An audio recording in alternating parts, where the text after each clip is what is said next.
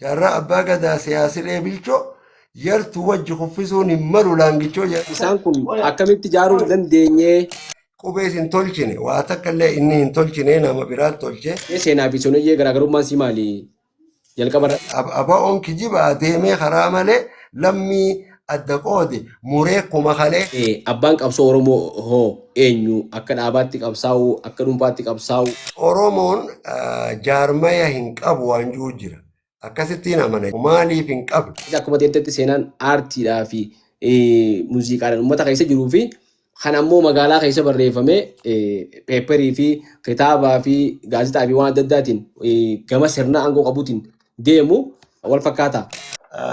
Jarri gubbaa dhufe sun diiguudhaaf dhufan purposely. Seenaan sun seenaa waloo Oromoon wajjin dhume moo seenaa waloo timiti? Seenaa jijjiiruu jaaniin tana walumaa galatti. Mee dhugumaan abbaan qubee Oromoodhaa Hayilee Fidaati moo nama biraati? Laala amma qubee tolchuun waan guddaa miti. Waan xiqqoodha qubee tolchuun qubee tolchuun waan jabdu. Akka Oromootti immoo seenaa waloo san hin qabnu jetti. Kalee warri Maccaaf Tuulamaa harka kenne. Amma nama aaruu jira kuni dhugaadha. Amma wanni haasawamu walumaan cunqurfamne malee waliin cunqursinee Oromoon guutuun waliin cunqurfamnee jan. Seenaa waloo qabnaa jan. Mee kun hangam takka dhugaadha? Hayyuun tokko hawaasa wajjin seenaa dalaga hin qabu hawaasa akkasii seenaa akkasii illee hin qaban isaan seenaa hin qabani.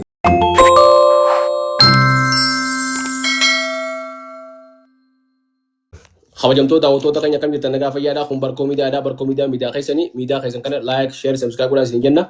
Akkuma beekamu Barkoo Miidiyaan dhimmoota diinagdee hawaasummaa fi siyaasaa irratti dhimma garaagaraa irratti keessummoota qabatee isin dhiyeessaa turuunsaa ni yaadatama. Keessaafuu dhimma seenaa awwaalamtee aadaa aartii uummata keenya keessa waan jiru maali jennee addunyaatti baasuu keessatti tattaaffii godhaa jirra.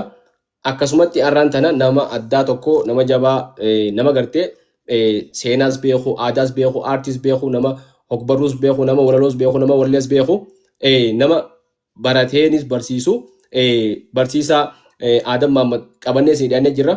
Mee keessummaa ta'e tanaa wajjin wal baraadhaa kabajamaa fi jaalatamaa abbaa keenya bagaa afeerraa Barkoo Miidiyaa kabajjee sagantaa Barkoo Miidiyaan nu argamte. Assalaamu alaikum warahmatullahi wabarakatuh. Baga nagaa nu dhufte. وعليكم السلام ورحمة الله وبركاته.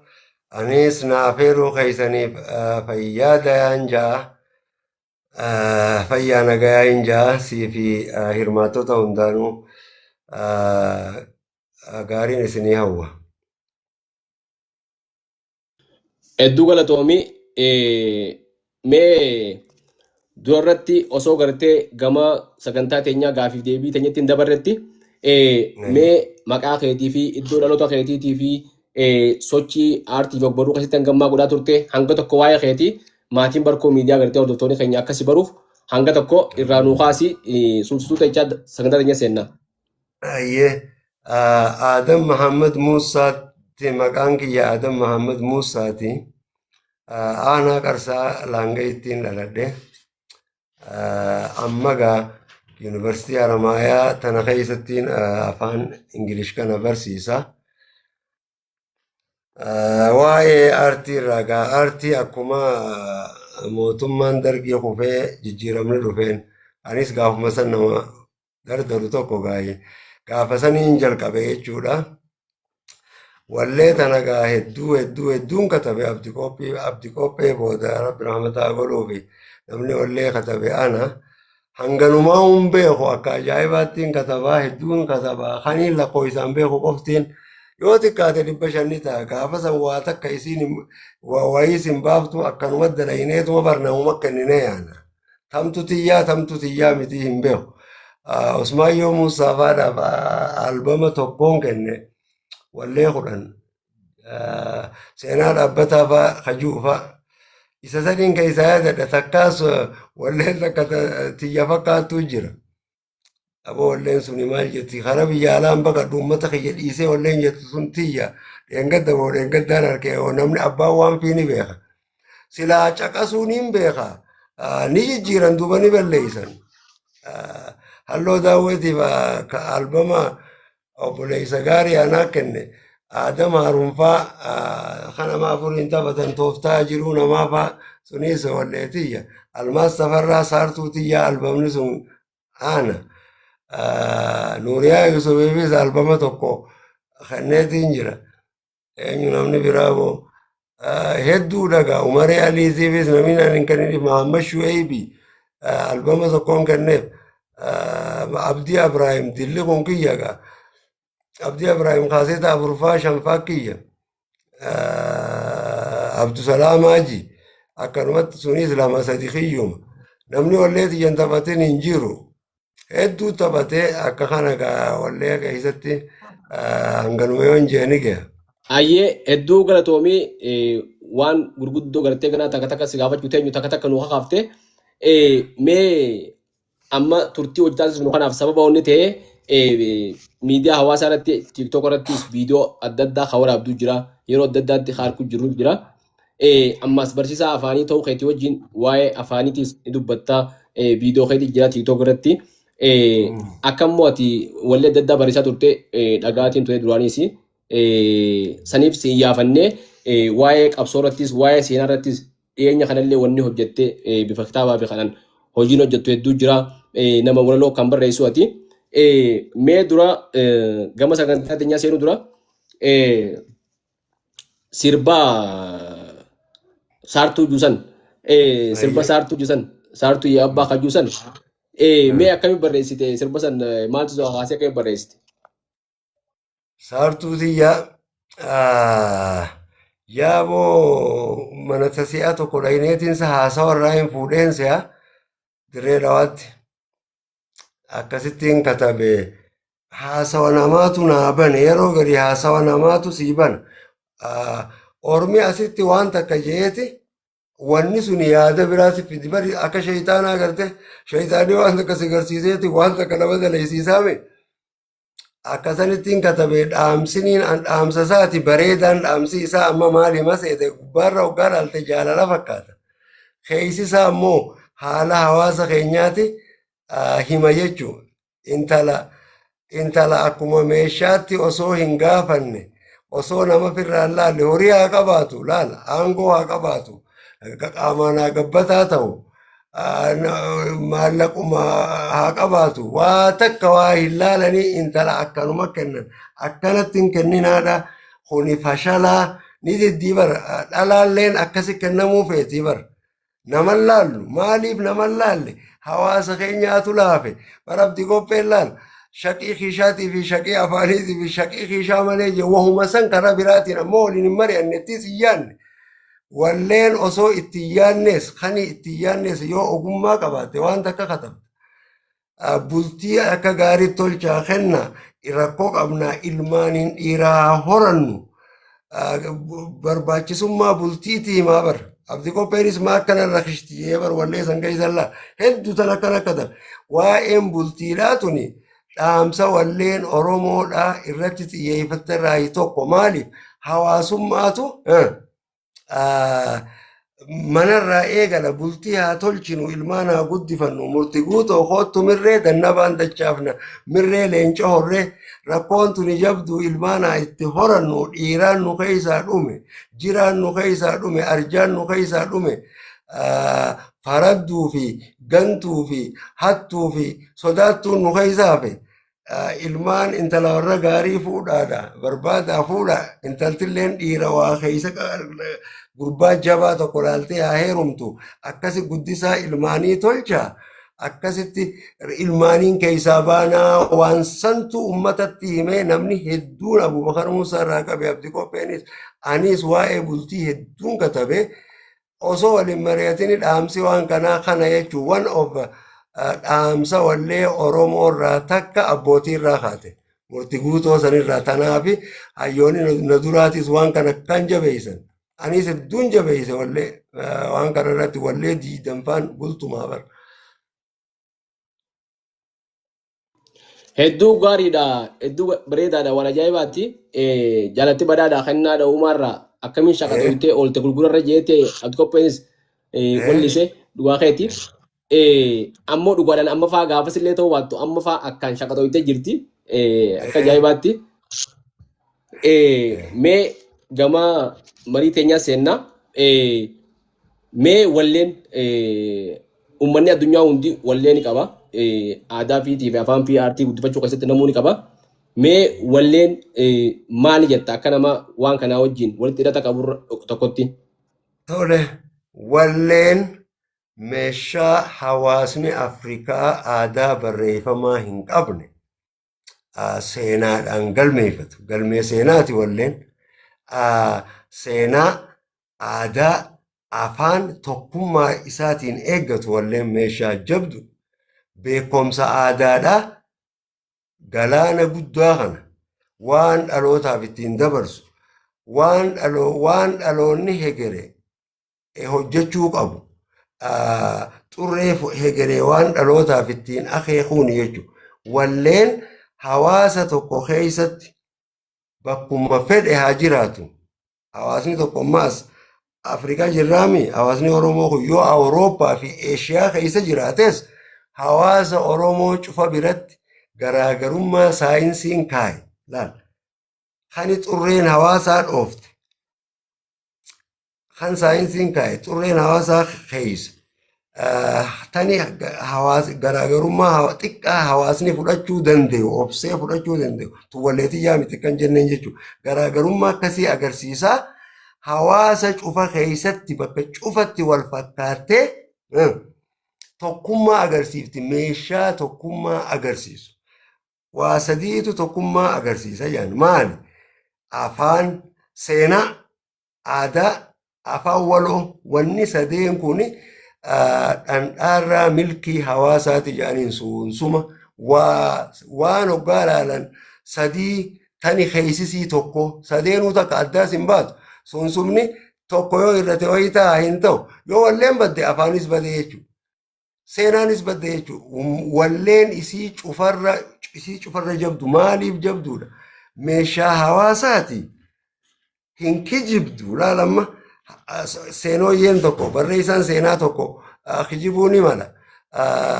Aktiivistiin tokko kijibuu ni mala. Miidiyaan kijibuu ni mala. Wanni sadeen kun walleedhaan wal fakkaatti aartiidhaan. Aartiin garuu meeshaa hawaasa beekaati.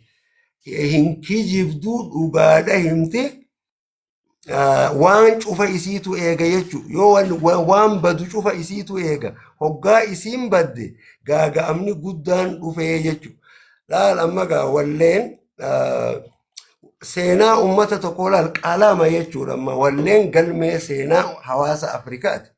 An African study that does not base its methodology, research methodology on oral tradition, proverbs, and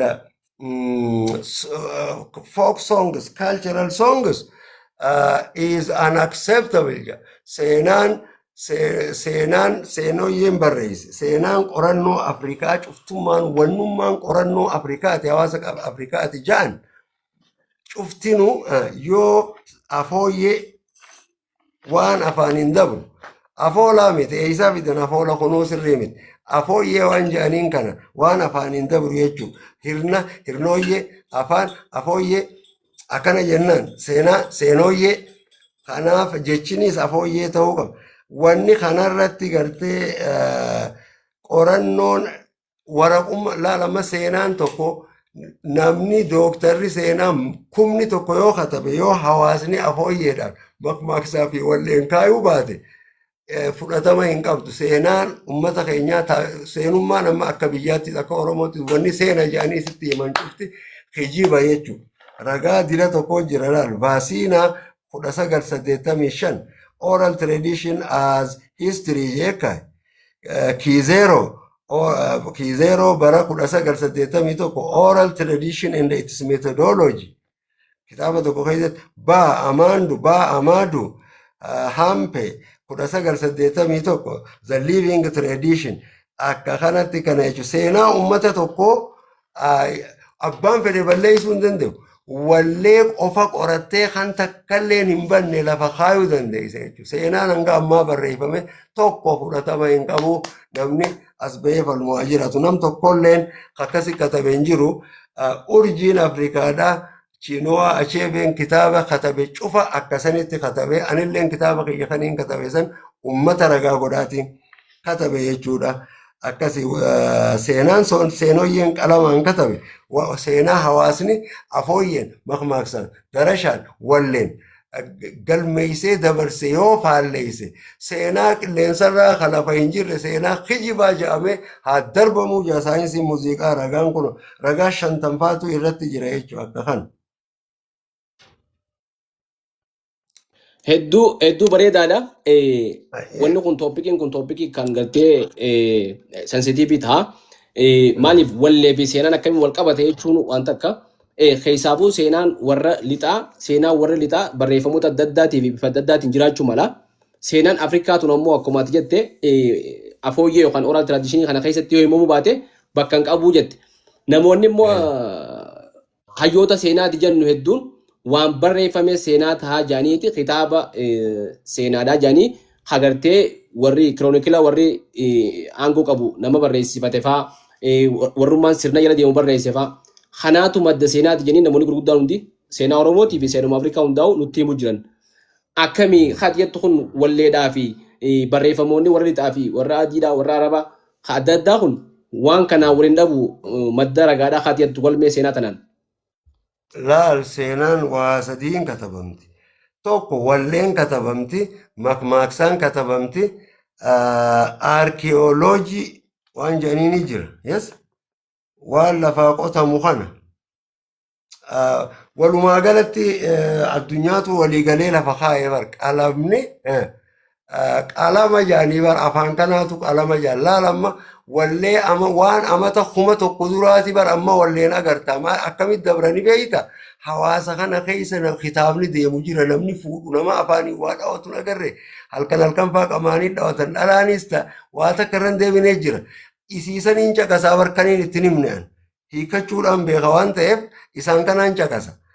Akka kanatti wannummaan takkallee wanni oral tradition wannan jiin hin jiru fudhatama hin qabu inumaa'u seenummaanuu bar akka kana laalama kanu isaanummaan sunutti fayyadamanii bar nuti bar barreeffama hin qabnu waan ta'eef hawaasni tokko hoggaa rakkate siistama qaba hawaasni kun beekaadha jabaadha hawaasa jechuun beekumsa kan hawaasaati waan ta'eef siistama akka ummanni miidhame akka seenaan isaa hin dhimamne waan eeggatuu ni bar laal kanaafi ummanninis qoratee walumaa galatti wanni Afrikaa piroofeesaraa mi'oggu 50 piroofeesara haa ta'u wanni inni ammas fakkeenyaaf seenaa Ahmad Bitaachaa yoo fudhatte hanganta san dhaqeetiin qoradhe walleeniin qoradhe Ahmad Bitaachaa Oromoodha.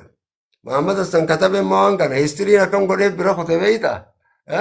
Ahmad Bitaachaa hubata dhalate jaalaan West of Harar karaa Harar kana akkana olitti hubata dhalate jaa shanyiin isaa gosti isaa tamii lammummaan isaa ammoo histiriin shakkisiisaa godhee bira kute jaa beekaa akkana jaa araboonni kaa'anii jiran afaan arabaatiin katabanii jiran sheekanii naa hime jechuudha. Akka kana walleedhaanis ni jira akka inni Oromoo ta'e. Muhammad Hassan illee katabee barkana akkanuma jee katabe yeroo hedduu histiriin kun akkamsi fakkaata manipuleted warra aangoo qabu kanaan manipuleet godha histiruma cufa kanuma addunyaan ka Awurooppaatis kunis manipuleted always history is written by people in power mootummootaani katabama akkana katabaniiti sponsor godhanii waa'ee seenaa kana akkaataa seenaa kana maduree biraa keessatti itti aanu keessatti itti seenna bakka wallee tanarratti gaffageessinee ilaaluun barbaada. Walloon dura akkam turtee jidduu tanatti immoo gaafa keessaniif akkam taatee amma immoo akkamirra jirti waan jiru ilaaluu barbaada. Walleen eega galmee seenaa taate galmeen seenaa tun kabajaadhaan eegamtee qulqullinaan kaa'amuu qabdi. Maaliif jennaan dhaloota dhufuuf wanni isiin dubbattu seena waan taateef haala sanii yoo laalle walleen amma jirtu kunuunsi wallee dur turtee godhamuu fi walleen ammoo sadarkaa irra jirtu hoo dhugumaan galmee seenaa san eegu jirra yaachisiisa. Eegutti hin jirru isiidha dhabnee bar isiitu laal waan isiidha waan silaa waan biraa akka hin fashalle eeguutu fashale kun imman nuuf miidhaa guddaadha. amma yeroo ammaa cufa irra deebi'uu jiraniimi hunda akkanatti irra deebi'uun kun akka nama kitaaba seenaadhaa cufa gabbaasee gubeeti balleeysaati taphatanii bara balleeysaa taphatan yoo garte sababni teeknooloojii haa ta'u malee waatu duuba jiraa bara laala amma akkam jaan ummatumaa himaa eegimma kana bara raguma ummataati shaggooyyeen dhoorkamtee numa dhageeysanii rabuma nuu kadhaa bakka wal geeysanii akkana jaanii bar mootummaan shaggooyyee qofaame sirba aartiin keenya dhoorkame aartii keenya dhoorkame laal aartii keenya dhoorkame dhoorkamuu silaa hin qabu galmee seenaati jechuu bara rabbuma nuu kadhaa waan goonu hin qabnu warra amantii keeysaanii sheekanii fi qeesii keeysaanii dhoorkame maqaa amantiitiin jechuu bara akka amma laal amma fakkeenya akka galmee seenaa ta'e akkamittiin si himame galmee seenaa akka ta'e wahuma takka wanni walleen oromoon kaa'in hin jirtu bara wannummaan walleen teenya hin kaa'inuu takkalleen hin jirtu amma fakkeenya laa wal falmanii miti amma bar maarree goonee akkanatti finfinnee waa dalaynee jan hin jiru kijibba awaash nama shokkisaan bar kana hima laal silaa shaggariin bahaa shaggaritti hooraa fannisanii silaa sibiraan dhufaa sibiratti ijoollee lakkisanii ijoolleen hin dubbattu shurrubbaa lash gooteen hin dhungattu jaabarla shaggar kana rakkoo guddoo jira shaggar kanaan dhufuu fedha hararii ka'eetiin fonkiyyaa achi jira gorsuu dhufa naan dubbadhu amaana dheeysita jedhan koora fannisan shaggari kooraa fannisan kooraan kun amma nama fayyaa hin qabneef akka kooraa gabbuusaati ijjennoo gabbuusaaf jan hin dhaqqabdu na rakkoodha shaggar bahuun jechuu adda baane jechuu balla layina awaash kun oromoon bakka lama bahu agarsiisa layinummaan kunu hogga akkas ta'eega akka hoggaan sibira dhufe sibiratti ijoollee lakkisanii kooraan ijoollee sanii basaasaa sibira jira nama oromoon tahini ijoolleen hin dubbattu afaan keenya hin beekani shurrubbaa lash gooteen hin dhungattu naan haasawi siiniin haasa'uu dhufe ati foon kiyya ati hin beeytu jechuu bara wanni takka wanni gubbaa gad dhufe kan jirre amma kanaan raga waragaa kanaa dilaa tokko jira wallee waan tooftaadhaan ummanni tokko akka seenaansaa hin dhimamne akkan namni qalbii qara qabu qofa qalbii qara qabu qofti arkee itti fayyadamuuf waa dhoysitee keeyse amma kun dhoysaadha anaa isin hime malee ni beeyta hiikaa kana hin beeytu maal je amma bakka takkatti ilaal kalee manni gubate utubaa warqii shantu gubate anaan maal godhi jetta tasirra bareedduun na fudhate jaabar laal ta ummataatii bar manni gubate manni kun biyya manaatu gubate mana utubaa shan qabu utubaa ziqayaa shan qabutu warqii gubatu utubaan shanan odaa shanani anaan maal godhi jetta tasirra bareedduu na fudhate bareedduun qawwee bar humnaaniin fudhatame qawwee horadhaadha deeffadhaa waan deebifattan jechuu akkanatti galmee seenaati jechuu kana balleeysu jiran jechuu kana balleeysu jiran kani namni tokko ish karraayuun hin jirre namni tokko wayini dubbatanii amma akka laal ummanni hogga seenaan qufe waa takka hin qabu afooshaa malee mucaa dhiifa mana godhe afooshaan wal awwaalchaa ta dirqamaa tana malee jaarmayaas hin qabu hayyuus qabaachuu hin danda'u maaliif si fakkaata waan sadeen santu madda waa hundaati aadaa seenaa afaan kana beekomsichi keeysaa madda arjummaan achi keeysaa madda gootummaan achi keeysaa madda haalli gaariin achi keeysaa madda wanni hundichi keeysaa madda beekomsinis wanni hundichi keeysaa madda namummaan jeenummaan wannummaan hundinuu waan sadeen kana keeysaa madda hawaasni tokko akka hawaasaatti jiraachuudhaaf wanni sadeen kun isaa qaceeluu qabdi tokko jiinaan cufti jiige amma bar walleen oromoo waliin fakkaattu yes wallee wallaggaa wallee maarree jedhanii wanni kanaan jirtu wallee aadaan nyaataan uffataan wal fakkaachuu qaba ummanni kun amma tokkoo miti maali restoration scheme jaaniiti revitalization scheme hogga akkana ta'e sodaata taa'u hawaasni sodaataadha waa takka hin beeku dhama'e ni dhama piroofeesarreeti jettu kunis cufti dhama'aadha waa takka hin beeku jaarraan bar waan tana beeka tanaa dhiira godhe beekomsa kana qaba ni beekan sitti hin fakkaatin gar yoo beekanis garaa bira dabruu hin danda'an harmallaa bareedduu bira kutuu hin danda'an dhugaa dubbachuu hin danda'an jechuudha. Inuma hin dandeessu. Akka kanatti waan jabduu takkaatu bade. Gama walleen gartee sila akkuma teettetti galmee seenaa taate sun amma galmee seenaa ta'uunsi bifa kanaa yoo deemte galmee seenaa gartee maaliif akkanan godhini boote jedha loonni qomate yoo taate malee galmee seenaa ta'uunsi hafu jirti. Waan kana hambisuudhaaf artistoonni namoonni gartee hayyoota jiran gurguddaan kan jiran waa'uma gartee wallee tana qofa eegumsi akka taasifamuuf gama mootummaatiinis ta'ee gama gartee hayyoota janii gartee namoonni yuunivarsiitii keessa barsiisanii jira. Instituutii qorannoo Oromoo janii jira. Waldaa barreessitotaa jira. Warri akkanaa kunoo waan kanaaf tattaaffiin godhu jiran ni jira hanga ammaatti kaatee beektu. Hin dhageenye nama hedduun dubbisaa wanni tun gaarii miti. Aadaa namaa balleessuun aadaa uummata tokkoo balleessuun gaarii miti. Wallee balleessuu waa hunda balleessu. Bara wallee qofaa micufumaa bade afaanis afaan amma jiru kunis bara afaan Oromootii miti. Afaan Oromoo if danda'ee miti. Afaan ka ummataati barnoota dura dhufe. Afaan ka ummataati. Ummata akkam ummata hin katabne. Afaan tokko malee afaan biraan qabne. Akki ummanni jee hundi sirriidha jaa. Akka ummanni hin jenne hundi sirrii miti hin jiinaadha. Afaan Oromoo keessamma afaan Oromooti jechuun hin dandeessummaa waan kana. Rakkoo guddoo jira. Tokko bannaan cufti badeensi hin jee. Afaan Oromoo amma jiru kun ilaala amma afaan kuni burqaa beekumsaati. Afaan kuni humna jedhan humna yaadaan ibsatani. Humna qaba humnaani yaada ibsee dhaamsa namaa dabarsa. Afaan jalla afaan eliitii muraasa sanuu ijoollee ganda tokko. Warra afaan Oromootiinuu yaaduu hin dandeenye. Afaan Oromoo amma jiru kun afaan gubbaansaa Oromoo galaaltu. Kan keessee afaan Amaaraa yookaan afaan biraa translation afaan osoo qabuu ergifatu jechuuma tokko sagaluma tokko haqa malee ergifachuun qabdu akkatti ergifattuutu jira. Amma jechi fakkeenyaaf alagaa jechi jiru afaan alagaa jedhan jechi kun sirrii miti afaan hin ibsu koonseptii irrisa jechuudha. Afaan dabaan maal irrisa amma afaan dabaan waan irrisu qaba jechuudha. Afaan ka ummata akkas jennee mere afaan dabaan laalama afaan hanqina qabu. Oromoon osoo qabuuti ergifata fakkeenya laalama haadha manaa jaabar haati manaa abbaa manaa afaan Oromooti kun jaarsaa fi jaartii dhamma afaan Oromooti. Qaamaa wal agarra jaanii bar laal jaartiin akkas jaanii bar ijaan wal agarra fuula wal agarra jetta malee akkas hin jettu.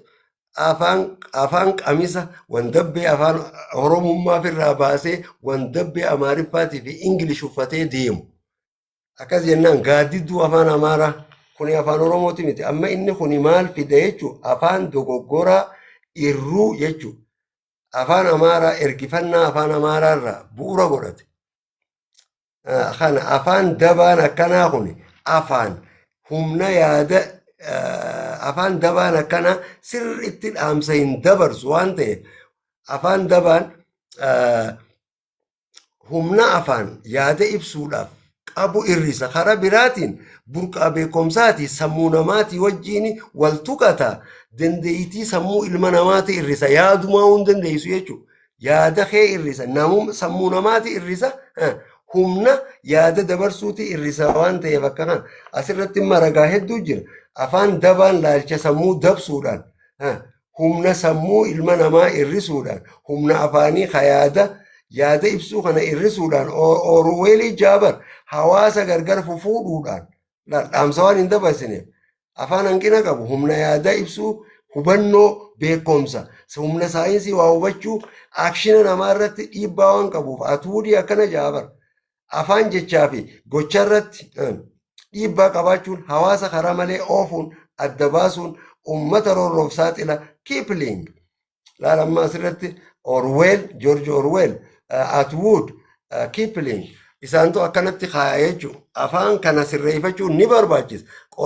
Amma sagalee takka irratti wal dhabna hin danda'u jaanii bari hin danda'uun afaan Oromoo sagalee Oromooti miti. Hin danda'u jaan malee kun immoo afaan Amaaraa fakkaachuu irraa dhufe jechuudha. Sagalee takkittii tana haqa malee sagalee ergifachuun hin jiru afaan keessa. Jecha qabu afaan irraa ergifachuun afaan balleessuudha. wanni hundi akkasii amma taa fi kaan adda adda dalaga qaba amma kaa malee hin jiru taan bar ta'isiiti jenna kasaati saala ibsaa bar akkasii mire amma taan hojiirra hin jiru bar afaan waa'ee waalti naaf haasawan afaan namni nurra waliin galle afaan waliin beeku dura afaan lafatti tolchuu barbaachisa hawaasa keessaa baasanii afaan oromoo haddaara ummata afaan beekurra baasanii harargeen fuula kanaan handhuura ta'uu qabdi handhuurti wonnummaan hundinuu harargee keessa jirti harargeen handhuura oromooti aadaanis waama hundaanuu akka kana jechuudha sirraa'uu qabaadha revitalization dalaguu qaba laalamma walleen oromootiin ilaalamma sirba jimmaa tokko yoo jagabe asitti ilaalamma gararaa siyaama gaallee hooyee jenne shaggooyyeedha jimma hoggaa dhayitee bar burtukaanii miti hadhaadha miti hadhaadha kun jaalalaa miti maraachaadha jedhan akkan amma laal akkasitti imma shaggooyyeen asii jimmatti waltuyti wallagga yoo dhayite hin jirtu shaggooyyeen tun as arsii tana hin jirtu ni du'e jechuu bar revitalization barbaada aadaa oromoon aadaa kutaan qaba jedhanii bar kitaabaan nama barsiisanii akkasii miti bar ni du'e deebisuu qaba jechuu hawaasni akkana ta'e waan takka godhuu hin danda'u maal godhuu qaba aadaa seenaa fi afaan qorannoo saayinsiitiin afaan barreeffamaa fi sirna barreeffamaati afaan hogga jennu dubbi barreeffamni kun waa takka illee bu'aan qabu afaaniif kanaga sirreessuu barbaachisa jechuu kanaas waliin mi'eessuu maaltu sirri moo sirrii miti namni afaan hin beekne illee ni qorata laalamma ani afaan fayyadamuun beeka malee wanta nan beeku wanta nama Mahammad Rashaafaa beeka linguistiksii kana rabbi rahmataa godhuufi Dr. Mahammad Rashaafaa beeka warra linguistii santu afaan akkaataa gubbaa fi keessa qaba qololaa fi keessaa fi qola qaba bifaa fi keessa lamaan kana wal taasisanii kataban afaanuma tokkoon akkana katabuu hin qabu yakka guddaadha amma afaan oromoo kan barachuutti kitaabaan kana nama barsiisuun dhugumatti yakka jedhama sammuu nama akka malee miidha. Waa'ee afaanitti eega dabarre gama afaanii kanaan afaan wal taa'uu qabaa jeniitiin ibsuutiin qorannoo oromoo faan seenaallee wal taa'uu qabdi jenii kitaaba adda addaa kataban waa'ee seenaatis waa'ee afaanitis afaan wal taa'uu qaba jenii fakkeenyaaf amma jecha tokko nayyaamin yoo siin jee nan yaaminii tana na hiyyaamin jenii barreessan nayyaamin hin jirtu jaanii afaan wal ta'uu qabaa akkana barreeffamuu qabaa jenii barsiisan wanni kun walteessuu maqaa jedhamuun wanni akkanaatu hoguu godhamtu kitaabni gartee biiroo barnootaatiin raabsamee bakka adda addaatti barsiifama afaan oromoo kun reefu immoo jalqaba irratti waan jettee waan hawaasni jiru afaan hawaasaati hawaasan barreessine san qubeen ammoo itti fayyadaman waan silaa dubbatan san barreessan yaada sana ibsachuudhaaf bakka bu'a. Eega hawaasni afaan hawaasaa ta'e warri ni barannee jiru kun afaan habiraa fidammoo maaliif hasaanii kana hawaasa irra fe'uu barbaadan? In beekan afaan Amaarinya yaadanii Ingilishii yaadaniiti asitti asii kan qorannoon lafa tatta'a bara. Duruu akkasii qoratanii lafa kaa'an Faranjii fi Aliis qoranneetiin akkasitti beeka. Dooktar Hayiloom Aarayaa tokko akkasi qorate. Asmaraan se'aa yuunivarsiitii Finfinnee nu barsiise. Akkasi qorannoo mirkaneessee jira. Afaan amma Oromoo kun afaan Oromootii miti eliitiin afaan eliitiiti.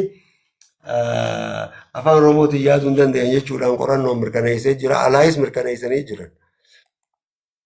Kana egaa dhaloonni akkasi beekuu qaba. Innis ilaalamma ati qorannoo Oromoo maal jetta? Kanneen instituushinii qorannoo Oromoo ta'uu hin danda'an yaadachuun qaba. Maaliif hawaasa afooshaa malee uummanni qabaachuu hin danda'u. Waa takkumaa qabaachuu hin danda'u. Uummataaf dalaganiidhaa miti hin dalagan uummataaf. Namuma waa takka illee afaan Oromoo hin beekne katabee bar kitaabuma sanuu cufuma isaatu akkasitti barra. Shurufkaa takka hin qabu. Waa takka illee dhama hin qabu. Ati hayyamamoodha ja'a bar. Kursii fudhadhu akkana Oromoo kana juu garta. Gabatee gurraacha maal jechuun? Loohaa barruuti bar gabatee battee barruu jechuun bakka irra kataban. Yes. gabatee gurraacha ilaalama dubbisaa siin gatii dubbisii jaa barruudha dubbisan malee dubbisan barruu harkarraa kanarraa ka'eeti barruu jaaniini namni waa diizaayin jechuudha barruun afaan oromootiin akkasitti deema kaayoo jaan amma jechi kaayoo juu sirrii mitimma waa hedduun ibsu maaliif ta'e kaayyoo mitimmas kaayoo bar waa waliin kaayan imaama qabannee bakka san dhayina jennee kaayanne jaa kaayyoo jaanii balleessan politikaal wardiidha amma akeeka imaama kimmaa waanjuu kanaan ibsamuu qaba kimmaan objektiivii gurguddoo gool yes social goal societal goal akka kana jechi kanatti hiikaa qaba jechi laal sagaleen takka sagaleen afaan tokko keessa sagaleen lama tan gatii faayidaa gatii qixxee qabdu jiraachuu hin dandeessu jaa saayinsiin afaanii jechi lamaas kan gatii sirrii qabu wal qixa ta'e hin jiru wal fakkaata malee bakkatti garaagarummaa qaba akka jecha kana tokko qorataniiti bar hawaasa keessa qorataniiti nama beekuun hawaasa irraa qorattee keessa namni kan amma intarneetii irratti afaan oromoo baasuun hundi akka hin barbaachisu akkaan afaan miidha dura lafa bilcheessuu qaba institushiniin tokko dhaabbatee qorachuudha qaba ogeeyyiidhaan abbaa afaanii kana keessa dhiitee qoratta akkanuma finfinnee ta'isee magaaluma finfinneeti ta'isee wanna godhu waaltina wanni jedhamu hin jiru afaan adeemsaa waaltawa bara amma murtiidhaan waalteessanii murtii mana murtiitiin kun dogoggora bu'uura seera dachiitii fi seera samiiti kun dogoggora bu'uura seeraa akkas jettanii ni mire dogoggora bu'uura seeraa sirraa'uu qabu heera samii cabse heera lafaa cabse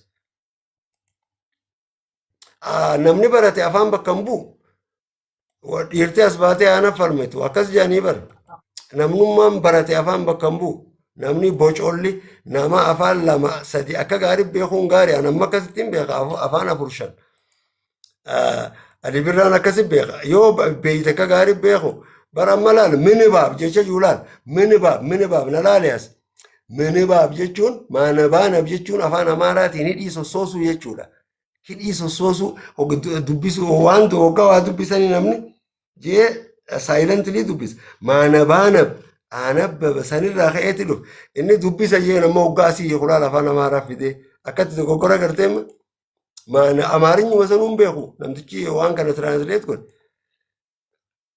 akka kana waan akkanaatu keessa guutuudha kuni afaan irrisa waan ta'eef qaceeluudha qaba hawaasnis waan akkanaa diduudha qaba afaan isaanii beeka sirraa'uu qaba kun tole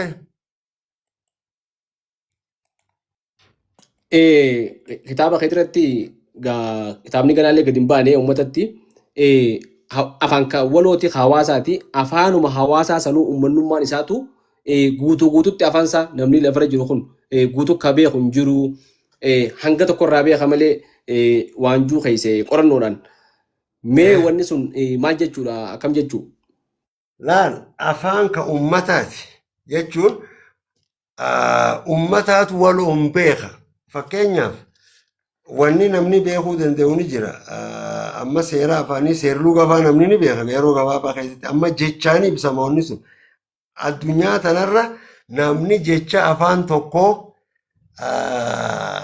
harka dhibbarra harka tokko beeka harka dhibbarra rubuusa 1/4 beeku hin jiru seenaan hin galmeessin ummata hundaa waliin beeka jechuudha kanaafi afaan ka ummataati jenna afaan cuftinuu qixxeedha yaada ibsuu irratti hawaasa tokko ni gammachiisa yaada nama baasuu irratti qixxeedha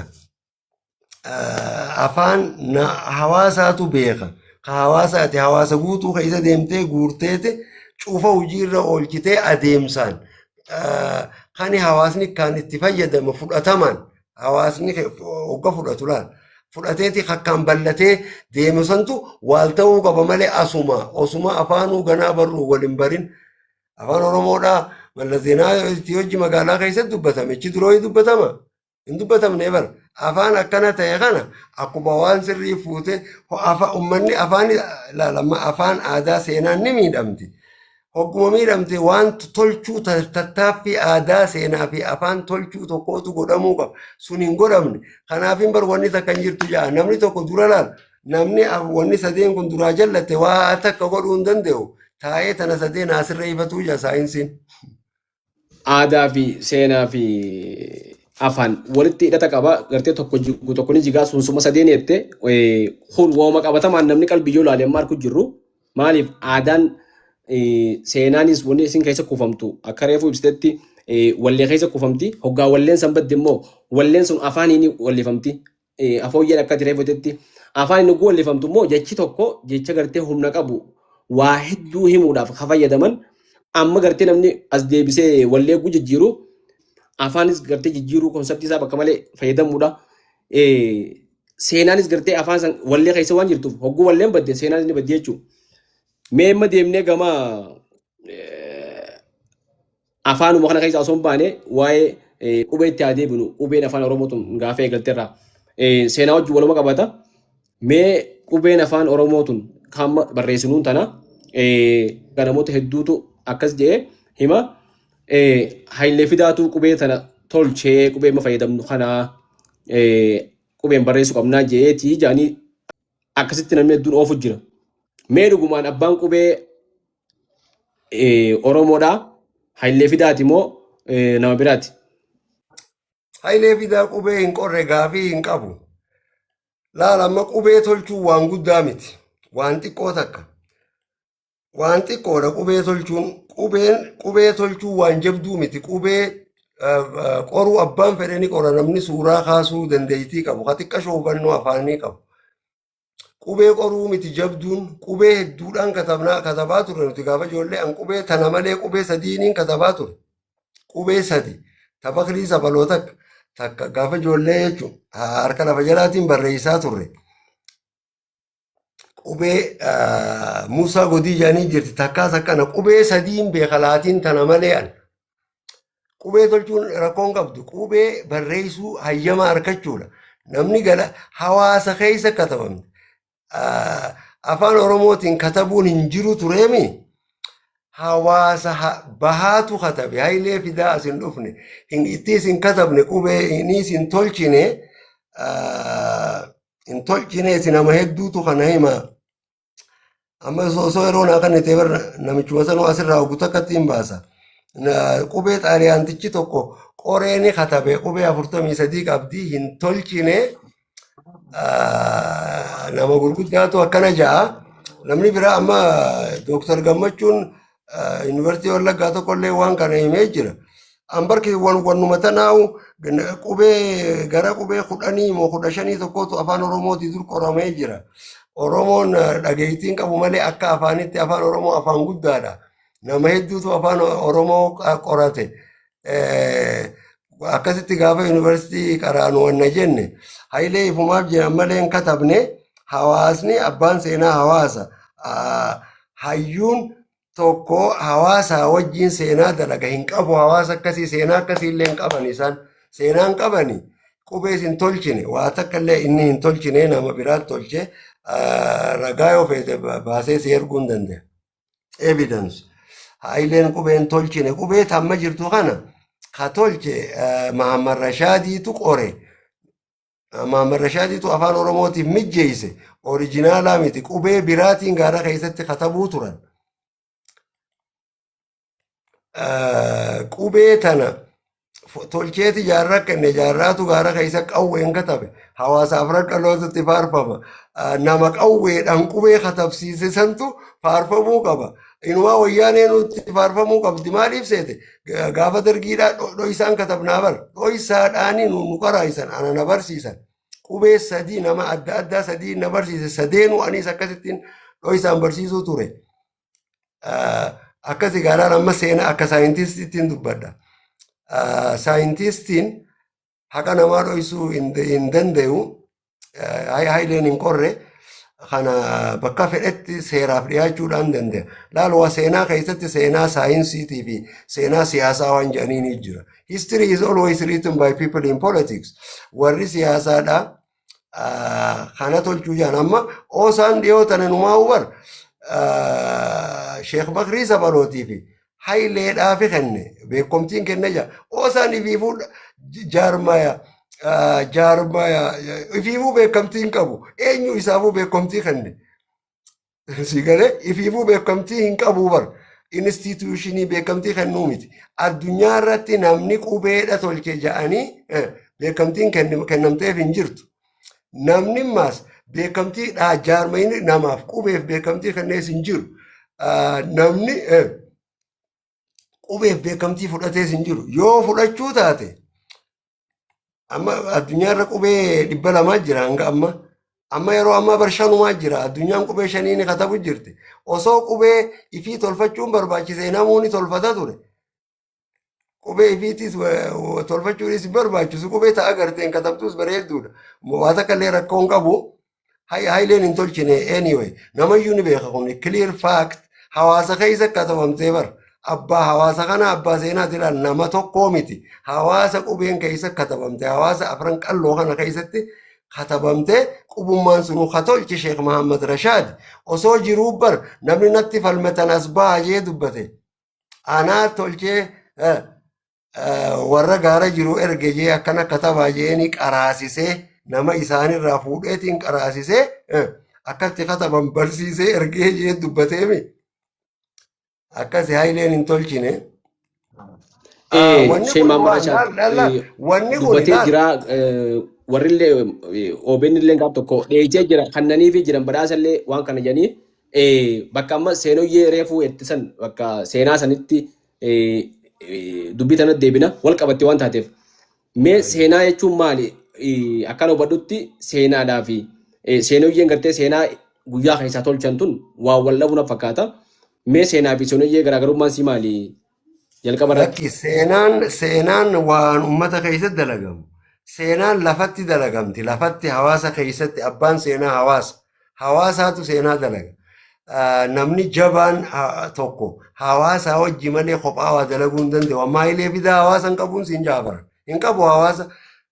Hawaasumaa hin qaban. Waa hunda hadalage hawaasa afran qallooti. Abbaan seenaa hawaasa afran qallooti. Wahuma Oromoo jedhaniin tan jinnii Oromoo tana hawaasa afran qalloo keessatti dalagamte. Tanaaf as dhufanii bar. Larsii galeemma. Tanaaf yaa'anii bakka hunda as dhufan. Hawaasa kanaatu abbaa seenaati. Abbaan seenaadhaa hawaasa. Qubees isaatu itti faarfama. Wallee afaan Oromootis nuutu itti faarfama. Alaabaa jedhantanaas nuutu itti faarfama yoo taatu taate. Wanni hundinuu asitti dalagamtu. Waa'ee qubee irratti ifuma namni qubeedhaaf rikooginishinii namaa kanneen jiru ajandaa nama biraatii kennuudhaan wanni sun waan hawaasni yeroo ammaatti dalaguu qabu tokko sanaasa'uu dhiisaniiti qubee kennan. Bakrii saphaloo qubee ni qaba dhugaadha. Akka gaaraa dhuga. Qubeen isaa immoo hojiirra hin jirtu. Tokko laal sii galeemma. Haayileen qubeen qabu hin qorre. Haayileen osoo lafaa ka'ee barra hin qorre jaa ni hin qorre hin jennee bara haayileen. Waa'ee haayilee fidaa isa hedduun dubbisa. Akkasani nama hedduudhaatu beekan. Seenaa jijjiiruu jaaniin tana walumaa galatti seenaa jijjiiruu jaaniin seenaa lafa jirtu balleessanii seenaa biraa gartee jijjiiruudha. Akkasani nuti akkuma saayinsiitti dhugaa jirurraa dubbannaa jeetii yaada. Akka kana hin qorre seeraaf itti dhiyaachuu hin danda'a. Waa'ee seenaa waan jette takka qabda. Bar seenaan seenoyyeen qalamaan barreesse seenaa hawaasni walleen kaa'e yoo faalleesse jechuun seenaa lafa hin jirre cubbuu maqaa haa darbamuu saayinsii muuziqaa jette. Akkasee. Akkana jechuun mee maal jechuudha akkana jechuun? Akkana jechuun abbaan seenaa hawaasa. Hawaasni Afrikaadhaa wallee seenaa akkatti kaayyatu qaba. Makmaaksaan hima, darashaan hima, walleen hima. Wanni hawaasni walleen hin kaayin takkallummaan fudhatama hin qabu. Takkallummaan qalama kana jechuun kitaaba warra Afrikaati jechuudha bara walleen. Waa cufa bara kitaaba sanaatuu dubbiftee guutuu walleen hin katabeemi. Hin agarree? Wallee katabdee? Akkasitti galmee seenaati qaba. Waa cufa bara. Waa cufa akkasitti hawaasni kaaya. Waan amma dalagamuus kaayu jira. Cinaan dubbannu malee waan hunda amma gaafa namni hiriira juusan waan uummanni kaayee jira. Uummata irraa hin dhage. Fatiisii hin dhaqa fincaanuu fincaaya takka keessa dhage. Waan san qotee bulaan walleen hime yoon siin jennee amanta. Wanti tun sirrii miti jee. Waan ajaa'ibaati. waa'een seenaadhaa akka amma jette kana seenaa tana keessa gartee wanni biraalleen ta'amma itti dhufnu jettee fuuldura mee eega seenaa wajjin wal qabatee deemu jiru abbaan qabsoo Oromoo hoo eenyu akka dhaabaatti qabsaa'u akka dhuunfaatti qabsaa'u seenaan jiruu fi gartee hawaasa keessa akkuma ta'etti seenaan aartiidhaa fi muuziqaadhaan uummata keessa jiruu fi kan ammoo magaalaa keessa barreeffamee peeperii fi kitaabaa fi gaazexaa fi waan adda addaatiin gama sirna aangoo qabuutiin deemu maal jaa wal fakkaata. Waa'ee qabsoodhaa dubbatte. Waa'ee jaarmaa siyaasaa jechuu keetii mere abbaan qabsoo uummata hogguma cufaa'uu nama dhuunfaatiin namni dhuunfaa qabsaa'uu hin danda'u. Yes, asirratti waan hubatamuu qabu jira saayinsii Oromoon jaarmaya hin qabu waan jiru jira. Akkasittiin amana jaarmaya siyaasaadhaa Oromoon hin qabu. Maaliif hin qabne? Oromoon laalamma Oromoon jaarmaya siyaasaa qabaachuudhaaf afooshaa malee hin qabu wanni itti jiru kana. Jaarmaya siyaasaadhaa jaarachuudhaaf fedhii hawwii imaama waloo qabaachuu si feesisa. Fedhii waloo hin qabnu bara. Oromoon akka nama tokko tokko jira malee tokkummaa hin qabu. Kanaaf imaama waloo, akeeka waloo, fedhii waloo, common interest, common objective qabaachuudhaaf common history, shared memory qabaachuu qabda. Shared memory. Laal hamtuu fi toltuu keessatti hawaasni waan irra walii galu aadaa seenaa afaan waloo qabaachuu qabda. Jaarmaya siyaasaa jaarachuudhaaf. Kaasanii alaa afooshaa ala malee jaarachuu hin dandeessu. Laalamma kanarratti ragaadhaan hin siima. Anderson 2006 without common historical memory narratives which connect the society cannot grow into political community. So therefore there is no genuine collective political organization. Dhaabni siyaasaa dhugaadhaa ummata seenaa waloo irra walii galu hin qabne hin jiruuja. Reenaan 1990 a nation is a soul. Hawaasni qalbiidha jaaballaan qalbii lubbuu hafuura. Maaltu hafuura kana godha? Waan sadeen santu qalbii waliidha. Hawaasni tokko bar hawaasa qaceelloo ta'uudhaaf seenaa aadaa afaan irratti walii galu kan hin irratiin qabaachuu qabaa saayinsiidha. Yoo xiqqoo dabee'uu rakkoo qaba. Kana waan ta'eef jaarmaya siyaasaa Oromoon hin qabu. Hin qabu, hin turreessi, hin jiruus. It is difficult for people who do not share common historical memory and a collective experience to have a deep and a genuine political organization which is rooted in common memories and sacrifices. Hubannoo waloo, seenaa waloo, wareegama waliin kafalan jiraachuu qaba jira. Kanaatu waliif rifachiisaa uummata qalbiinsaa adda adda jira jechuudha. Hin qabanii common sacrifice. Kalee warri Maccaaftuu lamaa harka kenne. Amma nama aaruu jira kuni dhugaadha. Seenaa dhugaadha harka kennan. Warri kun immoo qawwee dura dhaabbateeti falmate biyya xalayaan hin kennu. Hoota rajjeesaa fudhadhaa jedhanii fudhatan. Common sacrifice. Kanaatu uummata wal amansiisa. Kalee wal amantiin hin jirtu jechuudha. Hawaasni kun waliin amanuu wal shakka. Akka kana jechuudha. Osoollee amma kun ragaa meeqa dila tokko jira bar. Akka kanatti ilaala amma. Kan diraanis akkanuma ja'a barlaan. Kan diraanis akkanuma ja'a jechuudha. Kanaaf political organizationii hin qabu hin jiru. Ilaala amma ragaa hawaasaa yoo barbaadde. Ragaa hawaasaa yoo barbaadde ilaala osoollee uleen caphee kan abbaa gadaan caphu beekaa irra kunne malee seenaan ijjeessan qabu. Seenaan kufne hulii nuti hiyyoomne. Humnaan kufneetitti aansinee seenaan kufne lamuu hin kaanu yoo rabbiin nu kaase malee seenaa tolchaa jechuu barla. rabbi moonamu maaltu addaan nu baaseen adda baanee gara jabinaanii ormi sun ichi dhufee nu jeese jechuu bara. Fuula dura waan tana tolchaa tokkummaa ummataa tolchaa jechuu bara. Tiyyaan mana bulteeti teenyaan ala bulte jaan. Nuti bar qalbii takka hin qabnu wahuma waloo hin qabnu jechuu bara. Kasiimi tiyyaa malee teenyaan qabnu common interest hin qabnu ummanni kanatti lafa kaa'e jechuun. Kanaaf jaarmayni siyaasaa hin jiru jaarmaya gartee maqaadhaa san aba hojii kajaare jaarraa abbaa gadaati. Ifatti gaafii takka malee gaafii kashakkiin takka jalan jiru qarshii takka keessaan qaban jarri gubbaa dhufe sun diiguudhaaf dhufan purposely ergamanii dhufan. Jaaruu hin danda'an wanni jaaruu hin dandeenyeef waan jaaruu hin dandeenyeef sitti hima. Waan jaaruu hin dandeenyeef laal. Waan jaaruu hin dandeenyeef suuseeriyoo jaalan. Ragaa saayinsii without knowledge of the past people without knowledge of the past ummanni seenaa irra dabre ta dhugaadhaa lafaa hin qabne lack wisdom and maturity bilchinaa fi beekumsa ogummaa waan irra dalaganii fi hegere dalaganii beekuu hin danda'u. Kanaaf warri Finfinnee dhufe sun hin jaarre waa takka illee hin jaarre ragaa 100 jira jechuudha. Ragaa kitaaba 50 lafanniin tarreessa la. Jaarraatu jaare addunyaa keessa deemee jaare seenaadha qabaaf jaare. Jaarmayni inni jaareewu jaarmaya sirriitii miti sirriiti jechuu miti. Hawaasa waliin gal hawaasa seenaa irra walii galu hin qabne irraa dhalate. Jaarraan nama jabaa ta'uu if beeka. Maali wanni inni godhe?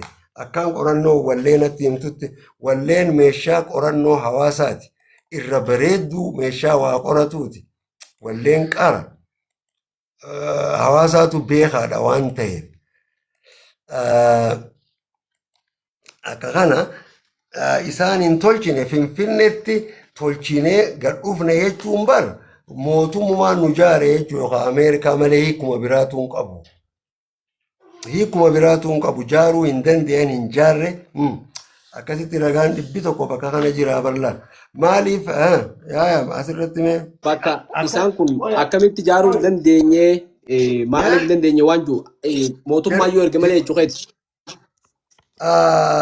Jaaruu hin danda'an hayi kalee Oromoo isaantu cabsee miti. Abbaa Yohaannis lataa afaan nu duulee cabsee bar seenaa dhalcha. Sacrificing kalee kafalamuu qabdii jaabar seenaa kalee keessaa dhalatte. Seenaa kalee keessaa dhalattee bar seenaa kalee keessaa dhalata akka isaan hin jaarin cufa hawaasni lafa kaayee hin jiruure akka isaan hin jaarin lafa kaayee jira bal'aan. Laal amma jaarraa hawaasni ragaa hogga bahuuf jaarraa abbaa gadaa yaa bareedaa elellee wayyaa burjaana calle adii xurii hin qabne wayyaa burjaana calle jiraa ifaa lammii wayyaa burjaana calle umrii isaa guutuu lammii falmuu malee taphatee hin beeku takkaa dubraan koflee jedhanii faarsanii jiru. Jaarraa abbaa gadaa siyaasilee bilchoo yartuu wajji kuffisuun hin malu laangichoo jedhanii akkas ragaa bahanii akka isaan jaarrallaal waan biraa hedduun nutti dhufee ajajni gubbaarraa cufti qabaa fida ajjeesaa jaarraa tokkorratti ajajni hin baane garee bira ummata akkana jee wallisaan jiru ummata. Kanaaf jaaruu hin danda'anii hin jaarre maaliif jaarraa maqaa balleessa yoo jettee na gaafatte amma fakkeenyaaf exceptionally influential figures meet with criticism ummanni jajjabaan yaada jajjabaa lafa kaa'e originala critical thinkers reformers innovators jaaballaan outstanding original figures met with ridicule hostility ni arrabsaman ja wanni arrabsamaniif not because of their mistake waan balleeysaniif osoo hin taane waan jabduu isaan miitu waan hojjetanii fi transformationii fide Oromiyaa qilleensa afaan Oromoo dubbachuu jinniitan bar waldee uumachaaf tuulamaa waan jiruun san da qilleensa asii dhaqee isaan jaare asii ol deemanii dammaqsaa turan tokkummaa uumna ja'anii malee wanni gubbaa gad dhufe takkalleen hin jirtu. Akkana laal there is nothing more difficult jaabarlaal there is nothing more difficult to take in hand waan jabduu takka godhuurra wanni jabaa hin jirtu more perilous to conduct undertake hojjechuuf waan nama sodaachisu hauguma takka balaansi fiddu or more uncertain in its success waan tahullee wanni suni bakka gayaallee hin yaanne sodaatamu milkaa'ulleen nama sodaachisu dalaguurra wanni jabaa hin jiru than to take the lead in the introduction of a new order of things said to be transformation. Machiavelli 1998 akkana jaalaa akkasii jechuun Schopenhauer bara 2015 akkasii jechuun hanga gartee laal Schopenhauer akkana jaa namoonni jajjabaan akkanaa kuni karaa sadiini mormaman jaa dura dhugaa waan dhugaa qabaniif ormi ni morma hanjabatti godha dhugaa kana ni xiqqeessa lamada oppose godhan sadarkaa sadaffaa irratti hayni ni baha yoo ummanni jabaate dhugaadha jedhanii hamma fudhatanitti jaa jechuudha fudhatan akka kana waan haaree tokko fide waan haaree tokko fide isaan hin jaarree bara akka isaan waa takka hin jaarin mee ragaa hawaasaa sii fidu hay bono laal bara ammaan tana laal meegi bar ragaa jiraa bar akka isaan jaaruu hin dandeenye political organization laal amma yaa seenaa hin qaban seenaan qaban hin qaban seenaa jaaruu yoo diiguu taate malee seenaa diiguu qabanii tanaaf diigan gabaabduma dubbiidha laal amma jaarmaya kijibaati jechuudha sun laal maal godhan seete states manipulate itti fayyadaman ummatatti produce mootummaa jaarabar produce organizations that appear to represent the population ummataa fi falmina kaju while actually weakening its unity and the political capacity ummata diigu akkana jalal making collective action impossible ragaa sadii jira asirratti Carlson GH 12 Dixon 2015 Fidel Felde Nielsen fi Nielsen faa 2018 jaalal akkitti beekamu jaabar isaan jaaramu akki godhan jaalal co-option jaaniin jaara kana itti fayyadamu jaaruu jaarmaya biraa jaaree ergu jechuudha aangoo kennaaf jaa hegere boodarra aangoo fudhatanii jaabar aangoo kennuudhaan dalagaa isaanii kennuudhaan beekaman jaa yaada jaarmaya dhugaa fudhatan jaa yaada imaama dhaadannoo jaarmayni dhugaa yoo jiraate waan akka alaabaa san fudhataniiti cinaa ka'anii jaabarlan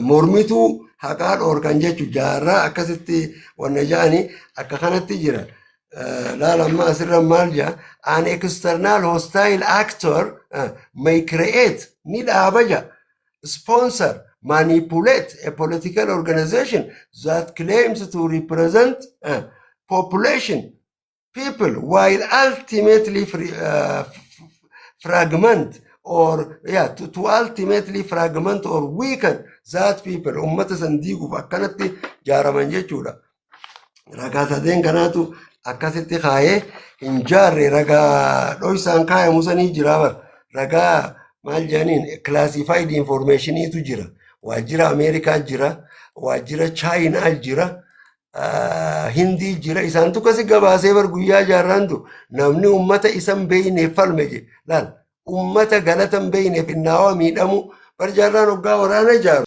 qawwee babbareeddu qaban mootummaan hin qabu qawwee akka jaarraan qabu East Afrikaa jaarraatu qawwee fide waan amma matrayyas Kalashnikov waan jaan kan qawwee guddoo fide ziyaabbarreen bar qawwee sanii boojiyatee booji'atee saniin Itoophiyaa waraanuu hamile. Meeshaa guddoo ta'uu saniin beeyta markaba tokko guutuu fide. Maallaqaas akkasuma bar dooniyaa meeqa fide doolaara riyaala waa hunda fide takkaa qarshii takka uummata irraan fudhanne uummataa qaluu malee. Okay? Inni hin jaarre ragaa uummataatiin siif hima. Mee maal jedhaniiti samoo akka isaan sun hin jaallaan. Aba'oon kijibaa deemee karaa malee lammii adda qoode muree kuma kalee akkanatti itti wallisan jaarraa akkasi faarsanii bire jaarraa abbaa gadaa kilaashkoob nuudire jaarraa abbaa gadaa zinnaana nuudire aba'oon finfinnee masqala nuuhiree ana akkana jaakan hay bari uummataaf irraa baase aba'oo san warri siyaasaa asirratti dhiifama naa godha isaan tuquuf osoo hin taane riyaaliitiidha waan ta'eef nurraa abbaa haajaaniitiin ari'anii bar kana amma wanni laala amma seenaa balleessuun hin barbaachisu. Seenaa balleessuun hin barbaachisu. Seenaa ummanni tokko ummanni tokko laala amma lammiin tokko Oromoon akka ummataa wal beekee garaa walii raafee nuti ummata tokko jee garaa walii raafee akka ummataa wal beekee hojii jiraachuuf wanni sadeen sun qaceeltee deemuu qabdi seenaa aadaa afaan wanni jenne sun. Tuni nu keeysan jirtu an obboleessi kiyya nan fedhu kan sitti hin kijibne. Oromoo biratti laal nuuf immaan tana warra Filisxeem laal akkatti wal jabeeffatan. Ummata Tigraay kana laal akkatti isaan wal fedhan. Somaalee laal Somaalee biratti hin beeloyituu bar. Nyaateetuma bulu tujjaarri Somaalee hiree fixa malee sabummaa waan akkanaatiin ibsamu. Nama wal ajjeesu keenya laal diigamuu keenya wanni si ibsu abbaa fi ilmoo wal ajjeese lakkoo isan qabne garta. Namni kamitti abbaa ajjeesa abbaan ilmoo ajjeesa haadha ajjeesan. Kuni bar hawaasni diigamuu garsiisa. Hawaasni kun diigame akka hin diigamne jaaruuf feesisa. Laala amma hawaasni tokko jarri kun jara Itoophiyaati barama warri Finfinnee dhufan jariin kun. Jara Itoophiyaati. Nuti illee Itoophiyaa. Maa Itoophiyaa nun goone akka gaariitti. Laala amma if miidhu jiran lack of knowledge waa takka hin beekan waa yaadachuu hin qaba. Bar jaarraan du'e dubbiin Oromoo dhumtee jaaniiti waan takka jijjiiranii qilleensa tokko oofu jirani. Hangana takka nama jaba guyyaa inni du'e waan san dalagan guyyaa inni du'e nurraa dhume. Ameerikaa waajjira namaa bantu garte Ameerikaa waajjira baree fi bar. Londonii fi Ameerikaatu waajjira banee fi bar. Ameerikaa waajjira namaa bantu garte guyyaa inni du'u hoodhaa maallaqa fudhadhaa galaa jaaniini akkasi galchanii bar nama cufaala waatti hiranii. Akkasii jaarraatu waan dalage. Sirriidha. Bakka ibbootis deebisuun barbaada bakka takka bakka reefuu dhaabbata jaarmee siyaasaa tokko qabaachuuf uummanni tokko seenaa waloo cunqursaas taatu seenaa gartee waloo qabaachuu qabanii waan juu hafte ragaa fidee jechuudha ragaa qorannoodha. Akka Oromootti immoo seenaa waloo san hin qabnu jetti. Oromoo akka Oromootti immoo wanni haasawamu walumaan cunqurfamne malee waliin cunqursinee Oromoon guutuun waliin cunqurfamnee jan seenaa waloo qabnaa jan mee kun hangam takka dhugaadha akkama reefu jettu calanqoo irratti afran qalloo ituu caccaritti ilmaan anniyyaa Oromoo baaqubate kana bareentumaa kana aanol irratti arsii qacabsi. Seenaan sun seenaa waloo Oromoon wajjin dhume moo seenaa waloo timiti